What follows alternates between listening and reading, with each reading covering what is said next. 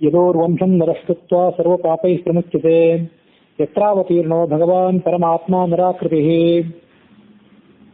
ಶ್ರೀ ಗುರುಭ್ಯೋ ನಮಃ. ಹರಿವಂಶದ ಪೂರ್ವಾರ್ಧದ 53ನೇ ಅಧ್ಯಾಯ ಮುಂದುವರೆದಿದೆ. ಅಲ್ಲಿ ಹಿಂದಿನ ಕೆಲವು ಅಧ್ಯಾಯಗಳಲ್ಲಿ ದೇವತೆಗಳು, ಚತುರ್ಮುಖ ಬ್ರಹ್ಮ ಹಾಗೆ ಭೂದೇವಿ ಇವರೆಲ್ಲರೂ ಭಗವಂತನನ್ನ ಭೂಭಾರ ಹರಣಕ್ಕಾಗಿ ಪ್ರಾರ್ಥನೆ ಮಾಡಿಕೊಂಡಂತ ಭಾಗವನ್ನು ನೋಡಿದೆವು.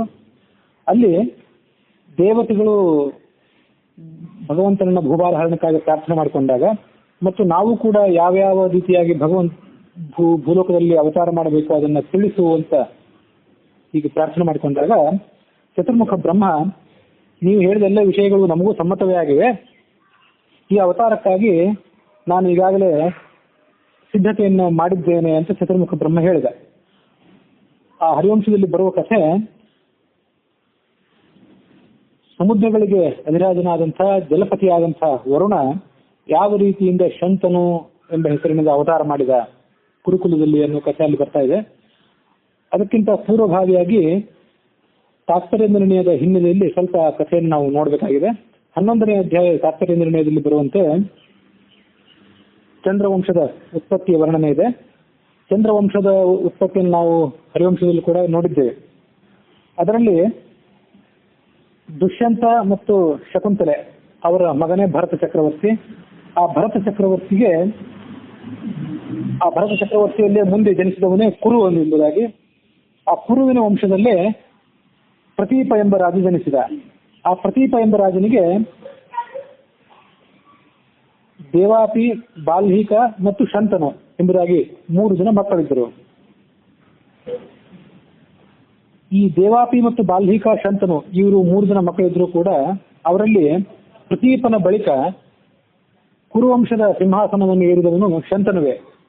ಏಕೆ ಅಂದ್ರೆ ಆ ದೇವಾಪಿ ಮತ್ತು ಬಾಲ್ಹೀಕ ಎಂಬುವರಿಬ್ಬರು ಕೂಡ ಸಿಂಹಾಸನವನ್ನ ಏರದೇ ಇರಲಿಕ್ಕೆ ಕಾರಣ ಏನಂದ್ರೆ, ಮೊದಲನೆಯವನಾದಂತಹ ದೇವಾಪಿ ಅವನು ಬಹಳ ವಿರಕ್ತನಾಗಿ ದೇವತೆಗಳಿಗೆ ಪುರೋಹಿತನಾಗಿ ಹೊರಟು ಹೋದ ಅಂತ ಹೇಳಿ ನಾವು ಹರಿವಂಶದಲ್ಲಿ ಕಥೆಯನ್ನು ನೋಡಿದ್ವಿ.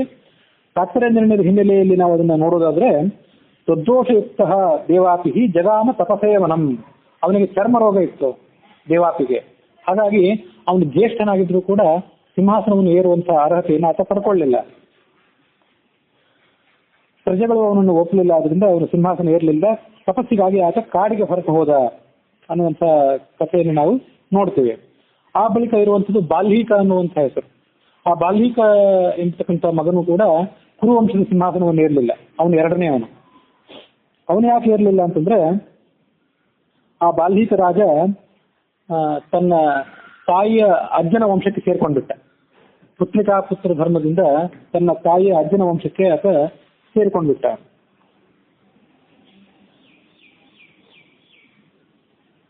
ಬಾಲ್ಹೀಕ ದೇಶದ ರಾಜ ಹೀಗೆ ಬಾಲ್ಹೀಕ ಅಂತ ಒಂದು ಬೇರೆ ರಾಜ್ಯವೇ ಇತ್ತು. ಆ ರಾಜ್ಯದ ರಾಜ ಈ ಬಾಲ್ಹೀಕನನ್ನ ತನ್ನ ಮಗನನ್ನಾಗಿ ಪಡ್ಕೊಂಡ. ಯಾಕಂದ್ರೆ ತನ್ನ ಮಗಳನ್ನ ಆತ ಪ್ರತೀಪನಿಗೆ ಮದುವೆ ಮಾಡಿಕೊಡುವಾಗ ಇವಳು ಜನಿಸುವಂತ ಒಬ್ಬ ಮಗನನ್ನ ನನಗೆ ಕೊಡಬೇಕು ಅಂತ ಮೊದಲೇ ಷರತ್ತು ಹಾಕಿದ್ದ. ಹಾಗಾಗಿ ಆ ನಿಬಂಧನಕ್ಕೆ ಅನುಸಾರವಾಗಿ ಈ ಬಾಲ್ಹೀಕ ಚಂದ್ರವಂಶದಲ್ಲಿ ಹುಟ್ಟಿದ್ರು ಕೂಡ ಚಂದ್ರವಂಶದ ಅರಸನಾಗಿ ಮುಂದುವರಿಲಿಲ್ಲ. ಆತ ಬಾಲ್ಹೀಕ ದೇಶಕ್ಕೆ ಹೋಗಿ ಅಲ್ಲೇ ರಾಜನಾಗಿ ಬಿಟ್ಟ. ಬಾಲ್ಹೀಕ ರಾಜ ಯಾರು, ಅವನ ಹಿನ್ನೆಲೆಯನ್ನು ಕೂಡ ನಾವೀಗ ಸ್ವಲ್ಪ ಗಮನಿಸಬೇಕು. ಯಾಕಂದ್ರೆ ಈ ಅಧ್ಯಾಯದಲ್ಲಿ ಮತ್ತು ಅದರ ಮುಂದಿನ ಅಧ್ಯಾಯದಲ್ಲಿ ಯಾವ್ಯಾವ ದೇವತೆಗಳು ಯಾವ್ಯಾವ ಅಂಶದಿಂದ ಅವತರಿಸಿದ್ರು ಮತ್ತು ರಾಕ್ಷಸರು ಯಾವ ರೂಪದಿಂದ ಈ ದ್ವಾಪರ ಯುಗದಲ್ಲಿ ಕೌರವಾದಿ ವಂಶದಲ್ಲಿ ಹುಟ್ಟಿದ್ರು ಅನ್ನೋದನ್ನು ನೋಡೋರಿದ್ದೇವೆ. ಹಾಗಾಗಿ ಬಾಲ್ಹೀಕ ಅಂದ್ರೆ ಯಾರು? ಹಿರಣ್ಯಕಶಿಪುವಿನ ಮಗನಾದಂತಹ ಪ್ರಹ್ಲಾದ ಏನಿದ್ರಲ್ಲ ಹಿಂದೆ, ಆ ಪ್ರಹ್ಲಾದನೇ ಬಾಲ್ಹೀಕ ಎಂಬುದಾಗಿ ಈಗ ಅವತರಿಸಿದ್ದ. ಭಗವಂತನಿಗೆ ಬಹಳ ಬೇಕಾದವನು ಮತ್ತು ಮಹಾಬಲಿಷ್ಠ. ಕಾರಣ ಏನಂದ್ರೆ ವಾಯುವಿನ ಅಂಶ ಆತನಲ್ಲಿತ್ತು. ಈ ಕಾರಣದಿಂದ ಮಹಾಬಲಿಷ್ಠ ನಿಲ್ಲಿಸಿಕೊಂಡಿದ್ದ.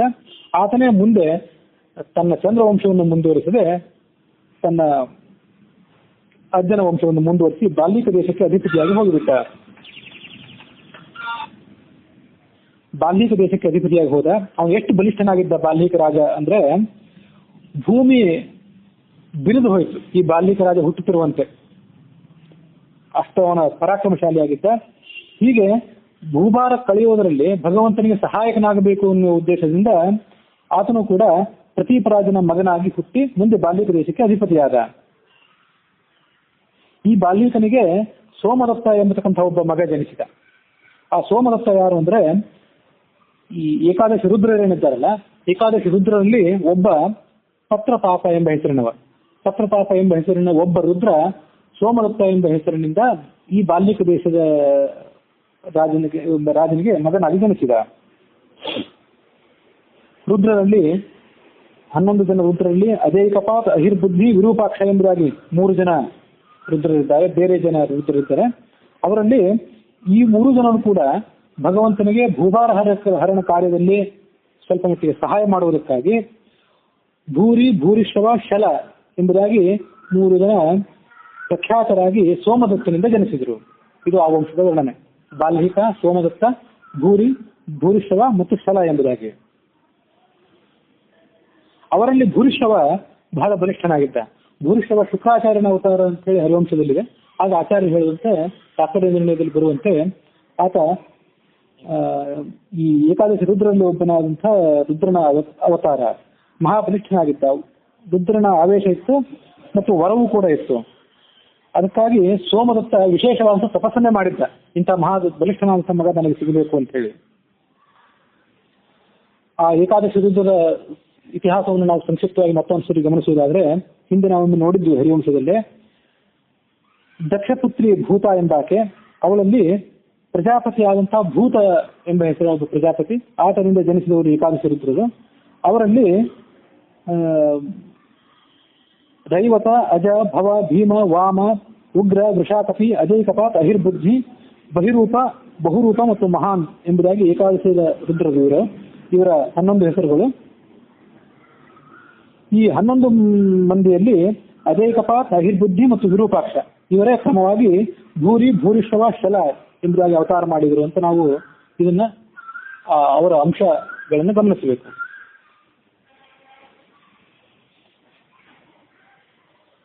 ಶಿವ ಸೋಮದತ್ತನಿಗೆ ವರ ಮಾಡಿದ್ದ, ಒಂದು ವರವನ್ನು ಕೊಟ್ಟಿದ್ದ. ಏನು ವರ ಕೊಟ್ಟಿದ್ದ ಅಂದ್ರೆ, ನನ್ನಿಂದ ಆವಿಷ್ಟನಾಗಿದ್ದು ನಿನ್ನ ವಿರೋಧಿಗಳನ್ನೆಲ್ಲರನ್ನು, ನಿನ್ನ ಶತ್ರುಗಳೆಲ್ಲರನ್ನು ಗಮನಿಸುವಂತ ಭೂರಿಷ್ಠವ ಎಂಬ ಮಗ ನಿನಗೆ ಜನಿಸ್ತಾನೆ ಅಂತೇಳಿ. ಹೀಗೆ ಅಂತ ಶಿವನ ವರಕ್ಕೆ ಅನುಸಾರವಾಗಿಯೇ ಆ ಭೂರಿಷ್ಠವ ಸೋಮದತ್ತನಿಗೆ ಮಗನಾಗಿ ಜನಿಸಿದ. ಇದು ಈ ದೇವತೆಗಳೆಲ್ಲರೂ ಕೂಡ ವಿಭಿನ್ನವಾದಂತಹ ತಮ್ಮ ತಮ್ಮ ಅಂಶಗಳಿಂದ ಭಗವಂತನಿಗೆ ಭೂಭಾರ ಹರಣದಲ್ಲಿ ಸಹಾಯಕರಾಗುವುದಕ್ಕಾಗಿ ಭೂಮಿಯಲ್ಲಿ ಜನಿಸಿದ ಬಗೆ ಇದು. ಇನ್ನೂ ಅನೇಕ ದಿನ ದೇವತೆಗಳ ಹೆಸರು ಬರಲಿಕ್ಕಿದೆ. ಶಂತನು ಮಹಾರಾಜನ ಇತಿಹಾಸವನ್ನು ಗಮನಿಸಬೇಕು. ಈಗ ನಾವು ದೇವಾಪಿ, ಬಾಲ್ಹಿಕ ಮತ್ತು ಶಂತನು ಎಂಬುದಾಗಿ 3 ಹೆಸರುಗಳನ್ನು ನಾವು ಗಮನಿಸಿದೆವು. ಇವರು 3 ಜನ ಪ್ರತೀಪ ರಾಜನ ಮಕ್ಕಳು. ಆ ದೇವಾಪಿ ಮತ್ತು ಬಾಲ್ಹಿಕರು ಇಬ್ಬರು ಕೂಡ ಆ ಚಂದ್ರವಂಶವನ್ನು ಮುಂದುವರಿಸಲಿಲ್ಲ. ಚಂದ್ರವಂಶವನ್ನು ಮುಂದುವರಿಸದೇ ಇದ್ಮೇಲೆ ಆ ಚಂದ್ರವಂಶಕ್ಕೆ ಪ್ರತೀಪರಾಜನ ಉತ್ತರಾಧಿಕಾರಿಯಾಗಿ ಮುಂದುವರೆದವನು ಕೇವಲ ಶಂತನು.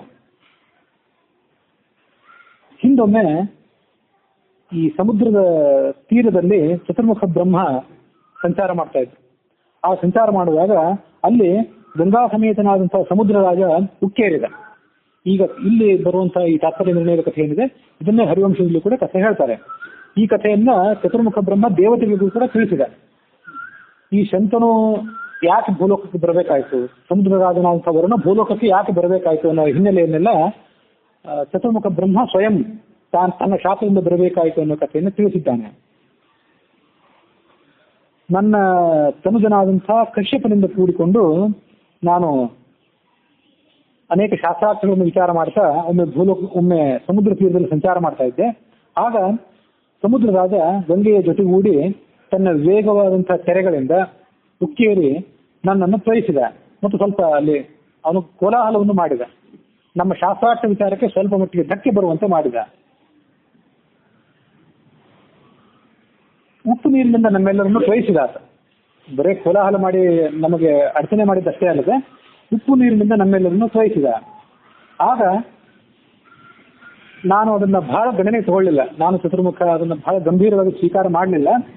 ಆಗ ಏನು ಮಾಡಿದೆ, ಗಂಭೀರವಾಗಿ ತೆಗೆದುಕೊಳ್ಳದೆ ಅವನ ಗಲಭೆಯೆಲ್ಲ ತಾನಾಗೇ ಶಾಂತವಾದ ಮೇಲೆ, ಏನು ಇದೀಗ ಶಾಂತನಾದಲ್ಲ, ಇಷ್ಟೆಲ್ಲ ಗಲಭೆ ಎಬ್ಬಿಸಿ ನಮ್ಮನ್ನೆಲ್ಲ ಉಪ್ಪು ನೀರಿನಿಂದ ತೊಯಿಸಿ ಈಗ ನೀನು ಶಾಂತನಾದಿಯಲ್ಲ ಅಂತ ಅವನಿಗೆ ಸ್ವಲ್ಪ ಹಾಸ್ಯ ಮಾಡಿದೆ ನಾನೊಂದು ಚತುರ್ಮುಖ ಬ್ರಹ್ಮ. ಇಷ್ಟಾದ್ಮೇಲೆ ಆ ಸಮುದ್ರ ರಾಜನ ಸಂಪೂರ್ಣ ಆರ್ಭಟವೆಲ್ಲ ಅಲ್ಲಿ ಶಾಂತವಾಯಿತು. ಆತ ರಾಜಗೌರವದಿಂದ ಸೌಮ್ಯನಾಗಿ ಸಮುದ್ರನ ಎದುರಿಗೆ ಬಂದ. ಆಗ ಸಮುದ್ರ ಹೇಳಿದ, ಅನೇಕ ಬಾರಿ ನಿನ್ನ ಉದ್ದಟತನದಿಂದ ನೀನು ಶಾಪವನ್ನು ಸ್ವೀಕಾರ ಮಾಡಿದಿ. ಈಗಲೂ ಕೂಡ ನೀನು ಸಮುದ್ರ ರಾಜನಾಗಿ ಬಂದು ನಿನ್ನ ರಾಜಗಾಂಭೀರ್ಯವನ್ನ, ನಿನ್ನ ಉದ್ದಟತನವನ್ನು ನನ್ನ ಎದುರಿಗೆ ಪ್ರದರ್ಶನ ಮಾಡಿದ್ವಿ. ಹೀಗೆ ಪ್ರದರ್ಶನ ಮಾಡುವುದರಿಂದ ಇದನ್ನೊಂದು ನಿಮಿತ್ತವನ್ನಾಗಿಟ್ಕೊಂಡು ನಾನು ನಿನಗೊಂದು ದಾರಿಯನ್ನು ತೋರಿಸ್ತೇನೆ ಅಂತ ಹೇಳಿದರು ಚತುರ್ಮುಖ ಬ್ರಹ್ಮ. ನಮ್ಮೆಲ್ಲರ ಸಲುವಾಗಿ, ಇದು ಯಾರಿಗೂ ಒಬ್ಬರ ಕಾರ್ಯವಲ್ಲ. ಭೂಭಾರ ಹರಣ ಅಂತ ಅನ್ನೋದು ಎಲ್ಲ ದೇವತೆಗಳ ಕಾರ್ಯ, ಅದು ಎಲ್ಲ ದೇವತೆಗಳ ಋಷಿಗಳ ಕಾರ್ಯ. ಹಾಗಾಗಿ ನಮ್ಮೆಲ್ಲರ ಕಾರ್ಯದ ಸಲುವಾಗಿ ಗಂಗೆಯಿಂದೊಡಗೂಡಿ ನೀನು ಭೂಲೋಕಕ್ಕೆ ತೆರಳಬೇಕು. ಭೂಲೋಕದಲ್ಲಿ ತೆರಳಿ ಅಲ್ಲಿ ಭರತ ಖಂಡದಲ್ಲಿ, ಭರತ ವಂಶದಲ್ಲಿ ಜನ್ಮ ತಾಳಬೇಕು. ಅದಕ್ಕಾಗಿ ನಾನು ನಿನ್ನನ್ನು ಶಾಂತನಾಗಿದೆಯಲ್ಲ ಅಂತ ಈಗ ಅಪಹಾಸ್ಯ ಮಾಡಿದ್ನಲ್ಲ. ಶಾಂತ ತನು ಅಂದ್ರೆ ಶರೀರ ಶಾಂತವಾಯಿತು. ಬ್ರಹ್ಮನಿಗೆ ಮಾಡುವ ಎಲ್ಲ ಅಡಚಣೆಯನ್ನು ಮಾಡಿ ಅವನನ್ನು ಉಪ್ಪಿ ನೀರಿನಿಂದ ತ್ವಯಿಸಿದ ಆದ್ಮೇಲೆ ಅವನು ಶಾಂತನಾದ. ಹಾಗಾಗಿ ಶಾಂತ ತನುವಾದ್ದರಿಂದ ಅದು ನಡುವಿನ ಒಂದು ಶಬ್ದವನ್ನು ಕಳ್ಕೊಂಡು ಶಂತನು ಅಂತ ಆಯ್ತು ಅನ್ನೋ ಶಬ್ದವನ್ನು ನಾವು ಅಲ್ಲಿ ಗಮನಿಸಬೇಕು. ಅಷ್ಟೇ ಅಲ್ಲದೆ, ನೀನು ಇಷ್ಟೆಲ್ಲ ಗಲಭೆ ಮಾಡಿದಾಗ, ಇಷ್ಟೆಲ್ಲ ಉಪಟಳ ಕೊಟ್ಟಾಗ ನಿನ್ನ ಪತ್ನಿ ಆದಾಕೆ ನಿನಗೊಂದು ಕಿವಿ ಹಿಂಡಿ ಬುದ್ಧಿ ಹೇಳಬೇಕಾಗಿತ್ತಲ್ಲ ಗಂಗಾದೇವಿ. ಆಕೆ ಬುದ್ಧಿ ಹೇಳಲಿಲ್ಲ. ಆಕೆಯೇ ನಿನ್ನ ಜೊತೆಗೆ ಬರಲಿ, ನೀನು ಮನುಷ್ಯನಾಗಿ ಭೂಲೋಕದಲ್ಲಿ ಅವತರಿಸು, ಆಕೆ ತನ್ನ ದಿವ್ಯ ಶರೀರದಿಂದಲೇ ನಿನ್ನನ್ನು ಪತ್ನಿಯಾಗಿ ಸಮೀಪಿಸಲಿ ಅಂತ ಈ ರೀತಿಯಾಗಿ ಚತುರ್ಮುಖ ಬ್ರಹ್ಮ ಆ ಶಂತನುವಿಗೆ ಒಂದು ಶಾಪವನ್ನು ಕೊಟ್ಟ. ಭೂಭಾರ ಹರಣಕ್ಕಾಗಿ ಇವೆಲ್ಲವೂ ನಿಮಿತ್ತ ಅಂತ ನಾವು ಈ ತರ ಅರ್ಥ ಮಾಡ್ಕೊಳ್ಬೇಕು. ಒಂದು ಪರ್ವಕಾಲದಲ್ಲಿ ಚತುರ್ಮುಖ ಬ್ರಹ್ಮ ಆ ಗಂಗಾಸಾಗರವನ್ನು ಸಮೀಪಿಸಿದ್ದ ಅಂತ ತಾತ್ಪರ್ಯ ನಿರ್ಣಯದಲ್ಲಿದೆ. ಅದು ಹುಣ್ಣಿಮೆ ಆಗಬಹುದು ಅಥವಾ ಅಮಾವಾಸ್ಯೆ ಆಗಬಹುದು. ಪರ್ವಕಾಲ ಅಂತಂದ್ರೆ ಹರಿವಂಶದ ಬೇರೆ ಒಂದು ಪಾಠದಲ್ಲಿ ಬರುವಂತೆ ಮಾಹಿತಿಯಂತೆ ಹುಣ್ಣಿಮೆ ಅಂತ ಸ್ವೀಕಾರ ಮಾಡ್ತಾರೆ. ಗಂಗಾಸಾಗರ ಸಂಗಮ ಪ್ರದೇಶ ಅದನ್ನ ಅಂತ ಕೆಲವರು ವ್ಯಾಖ್ಯಾನಕಾರ ಅರ್ಥ ಮಾಡಿಕೊಂಡಿದ್ದಾರೆ. ಗಂಗಾ ನದಿ ಮತ್ತು ಗಂಗಾ ನದಿ ಪೂರ್ವ ಸಾಗರವನ್ನು ಎಲ್ಲಿ ಸೇರ್ತದಲ್ಲ, ಆ ಸಂದರ್ಭದಲ್ಲಿ ಆ ಪ್ರದೇಶದಲ್ಲಿ ಭಗವಂತರ ಚತುರ್ಮುಖ ಬ್ರಹ್ಮ ಈ ಎಲ್ಲ ಋಷಿಮುನಿಗಳ ಜೊತೆಗೆ ಸಂಚಾರ ಮಾಡ್ತಿದ್ದ ಅನ್ನೋ ಕಥೆಯನ್ನು ನಾವು ಆ ಸಂದರ್ಭದಲ್ಲಿ ನೆನಪು ಮಾಡ್ಕೊಳ್ಬೇಕು. ಬ್ರಹ್ಮ ಬಂದ ಅಂತ ಹೇಳಿ ಗಂಡ ಹೆಂಡರಾದವರು ತಮ್ಮ ಇತಿಮಿತಿಯನ್ನು ಅರ್ಥ ಮಾಡಿಕೊಂಡು ತಮ್ಮ ಹದ್ದುಬಸ್ತರಲ್ಲಿ ಇರಬೇಕು. ಆದ್ರೆ ಅವರು ತಾವಿಬ್ಬರು ಏಕಾಂತದಲ್ಲಿದ್ದಾಗ ಹೇಗೋ ಹಾಗೆ ತಮ್ಮ ಉದ್ದಟತನವನ್ನು ಬ್ರಹ್ಮನ ಮುಂದೆ ಪ್ರದರ್ಶನ ಮಾಡಿದ್ರು. ಹಾಗಾಗಿ ಆ ಚತುರ್ಮುಖ ಬ್ರಹ್ಮನಿಂದ ಆತನಿಗೆ ಶಾಪ ಬಂದದ್ದು ಮತ್ತೂ ಒಂದಿದೆ. 2 ಜನ್ಮಗಳಾಗುವಂತೆ ಶಾಪ ಬಂದಿತ್ತು. ಮೊದಲು ಮಹಾಭಿಷಕ್ ಎಂಬ ಹೆಸರಿನಿಂದ ಸೂರ್ಯವಂಶದಲ್ಲಿ ಹುಟ್ಟಿದ ಈ ಸಮುದ್ರ ರಾಜ ಮಹಾಭಿಷಕ್ ಅಂದ್ರೆ ಮಹಾಭಿಷೇಕ. ಈ ಸಮುದ್ರ ರಾಜ ಚತುರ್ಮುಖ ಬ್ರಹ್ಮನಿಗೆ ದೊಡ್ಡ ಉಪ್ಪು ನೀರಿನ ಅಭಿಷೇಕ ಮಾಡಿಸಿದ್ರಿಂದ ಮಹಾಭಿಷೇಕ ರಾಯ. ಅದು ಮುಂದೆ ಮಹಾಭಿಷಕ್ಕಾಗಿ ಆತ ಸೂರ್ಯವಂಶದಲ್ಲಿ ಮೊದಲೊಮ್ಮೆ ಜನಿಸಿದ್ದಾರೆ. ಸೂರ್ಯವಂಶದಲ್ಲಿ ಜನಿಸಿದ ಮೇಲೆ ಮುಂದೆ ಆತ ಒಮ್ಮೆ ಸ್ವರ್ಗಲೋಕಕ್ಕೂ ಹೋಗಿದ್ದ. ಸ್ವರ್ಗಲೋಕದಲ್ಲಿ ಯಾವುದೋ ಒಂದು ಕಾರ್ಯಕ್ರಮ ನಡೆದಾಗ ಅಲ್ಲಿ ಗಂಗಾ ನದಿಯ ವಸ್ತ್ರ ಅಸ್ತವ್ಯಸ್ತವಾಗಿದ್ದಾಗ ತನ್ನದೇ ಪತ್ನಿ ಎಂಬ ದೃಷ್ಟಿಯಿಂದ ಮತ್ತೊಮ್ಮೆ ನೋಡಿದಾಗ ಹಿಂದೊಮ್ಮೆ ನಾನು ನಿನಗೆ ಶಾಪ ಕೊಟ್ಟು ಎಚ್ಚರಿಸಿದ್ದೆ, ಆದ್ರೆ ಆ ಶಾಪವನ್ನು ನೀವು ಅರ್ಥ ಮಾಡಿಕೊಂಡಂತೆ ಕಾಣಲಿಲ್ಲ. ಹಾಗಾಗಿ ಭೂಲೋಕಕ್ಕೆ ಹೋಗಿ ಅವತಾರ ಮಾಡುವಂತ ಬ್ರಹ್ಮ ಮತ್ತೊಮ್ಮೆ ಶಾಪ ಕೊಟ್ಟ. ಹಿಂದೆ ಕೊಟ್ಟಿದ್ದ ಶಾಪಕ್ಕೆ ಸಹಕಾರಿಯಾಗಿ ಈ ಶಾಪವು ಬಂತು. ದೈವ ಕಾರ್ಯ ನಿಮಿತ್ತವಾಗಿ 2 ಶಾಪಗಳ ಜೊತೆಗೂಡಿ ಆತ ಶಂತನು ಎಂಬ ಹೆಸರಿನಿಂದ ಭೂಲೋಕದಲ್ಲಿ ಅವತರಿಸಿದ. ಮಹಾಭಾರತದಲ್ಲಿ ಬಂದಂತಹ ಇನ್ನೊಂದು ಮಾಹಿತಿಯನ್ನು ನಾನು ನಿನ್ನೆ ಹಿಂದೊಂದು ದಿವಸ ನಿಮಗೆ ಹೇಳಿದ್ದೆ. ಶಾಂತ ತನುವಾದ್ದರಿಂದ ಅವನು ಶಂತನು. ಅದಲ್ಲದೆ ಮತ್ತು 2 ಅರ್ಥಗಳಿವೆ ಆ ಶಂತನು ಎಂಬ ಶಬ್ದಕ್ಕೆ. ಏನರ್ಥ ಅಂದ್ರೆ ಎಂ ಕರಾಭ್ಯಾಂ ಸ್ಪೃಶತಿ ಜೀರ್ಣಂ ಸ ಸುಖಮಶ್ನುತೆ ಪುನರ್ಯುವಾಚ ಭವತಿ ತಸ್ಮಾತ್ತಂ ಶಂತನಂ ವಿದುಹು. ಅವನಿಗೆ ಶಂತನು ಅಂತ ಯಾಕೆ ಹೆಸರು ಬಂತು ಅಂದ್ರೆ, ಆ ಶಂತನು ತನ್ನ ಅಮೃತ ಸ್ಪರ್ಶದಿಂದ ಅಮೃತಮಯವಾದಂತಹ ಕರಗಳಿಂದ ಯಾರನ್ನಾದರೂ ಮುಟ್ಟಿದರೆ ಅವರು ಮುದುಕರಾಗಿದ್ದವರು ಮತ್ತೆ ತರುಣರಾಗಿ ದಿವ್ಯವಾದಂತಹ ಸುಖವನ್ನು ಅನುಭವಿಸಲಿಕ್ಕೆ ಯೋಗ್ಯರಾಗ್ತದೆ. ಇಂಥ ಒಂದು ವಿಶಿಷ್ಟವಾದಂತಹ ಶಕ್ತಿ ಆತನಲ್ಲಿ ಇದ್ದುದರಿಂದ ಅವನನ್ನ ಶಂತನು ಎಂಬುದಾಗಿ ಕರೀತಾರೆ. ಮತ್ತು ಒಂದು ಕಾರಣ ಏನಂದ್ರೆ, ವಂಶ ನಿಲ್ಲುವಂತಹ ಪರಿಸ್ಥಿತಿಯಲ್ಲಿ ಆ ವಂಶವನ್ನು ಆತ ಮುಂದುವರಿಸಿದೆ. ಶಾಂತಸ್ಯ ಜಜ್ಞೆಯ ಸಂತಾನ ತಸ್ಮಾದಾಸೀತ ಸಂತನು. ಕುರುವಂಶದ ಮುಂದುವರಿಕೆಗೆ ಅಡಚಣೆ ಬಂದಾಗ ಈತ ಕುರುವಂಶವನ್ನು ಮುಂದುವರಿಸಿದವನಾದ್ದರಿಂದಾಗಿ ಇನ್ನೂ ಒಂದು ಕಾರಣದಿಂದ ಅವನಿಗೆ ಶಂತನು ಅಂತ ಹೆಸರು ಬಂದಿತ್ತು. ಹೀಗೆ ಆ ಶಂತನು ಎಂಬ ಹೆಸರು ಬ್ರಹ್ಮನ